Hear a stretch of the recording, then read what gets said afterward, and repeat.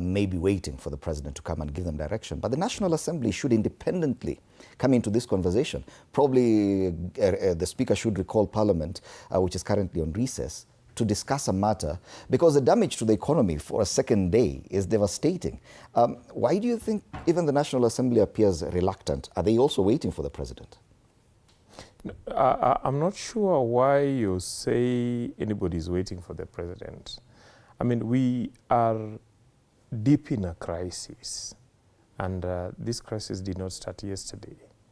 And the government responded to the crisis in April. One, by reducing VAT to 8%, and then secondly by giving subsidy worth 6 billion shillings, and then by ensuring that kerosene was protected, fully subsidized. Then when the country received the second shock in terms of the change in pricing of landed the landing cost of fuel, the government then made a second decision, and the second decision was to commit another 5 billion shillings from fuel development levy to cushion, the ordinary consumers, especially diesel and kerosene. And then then there was, outcry from the stakeholders. And the government responded by calling a consultative meeting with the leadership of the stakeholders, which meeting was held yesterday.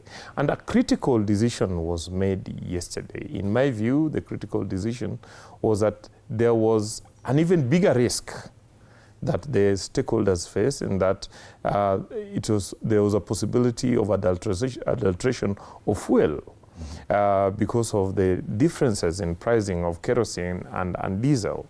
And therefore, a decision was made immediately that the pricing of diesel be increased, but the pricing the pricing of kerosene be increased and the pricing of diesel be reduced.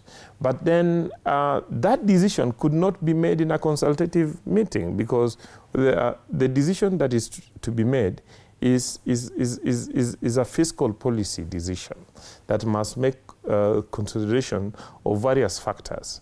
And there is a legally established entity that makes it. The Minister for Energy, Opiyo Wandayi, actually indicated that EPRA was part of their meeting, and that EPRA would meet. I take note of the mandatory stakeholders, mentioning that there was no agreement. I think there was the agreement on the issue of kerosene and diesel. What probably the mandatory industry stakeholders expected a decision on at that meeting. That consultative meeting had no legal authority to make that decision. It was a consultative process. EPRA, even the minister cannot make that decision alone. EPRA then made a decision last night before we went to bed by reducing the diesel prices by 10%. By 10 shillings. The question is that enough? Definitely not. The question then is there something else that can be done? I think there must be, but my view is that we do not need to make reckless decisions. It is important that all stakeholders continue engaging, and I'm happy that the government and the stakeholders agreed that they will continue with their negotiations, because for every subsidy that is given, somebody has to pay for it. Yes. Or there is something that has to be cancelled. We need to make that decision in a very consultative manner. Yes. And this is not a point where we start blaming each other. It is important that we consider all those factors. The president is the only person who's away. The deputy president is around. The CS for Treasury is around. The CS Energy is around. How come they cannot come up with make this decision? An issue like subsidy does not necessarily need Parliament. To insist, you've insisted that a decision was not made. A decision was made last night okay? It might not be enough. The issue of fuel is still going to be painful. It is painful across the world. And my view is that we still need to look at the entire fiscal framework and be able to make decisions. Wakili, my question is, in the absence of the president, do you feel the CSs who are still around are able to make a decision that will end this crisis in the absence of the president?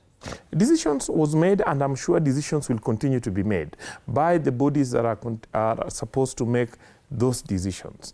And I think it is a process that all of us need to consult. I agree with you that probably Parliament needs to convene specifically to discuss this issue. I believe that the consultations need to widen.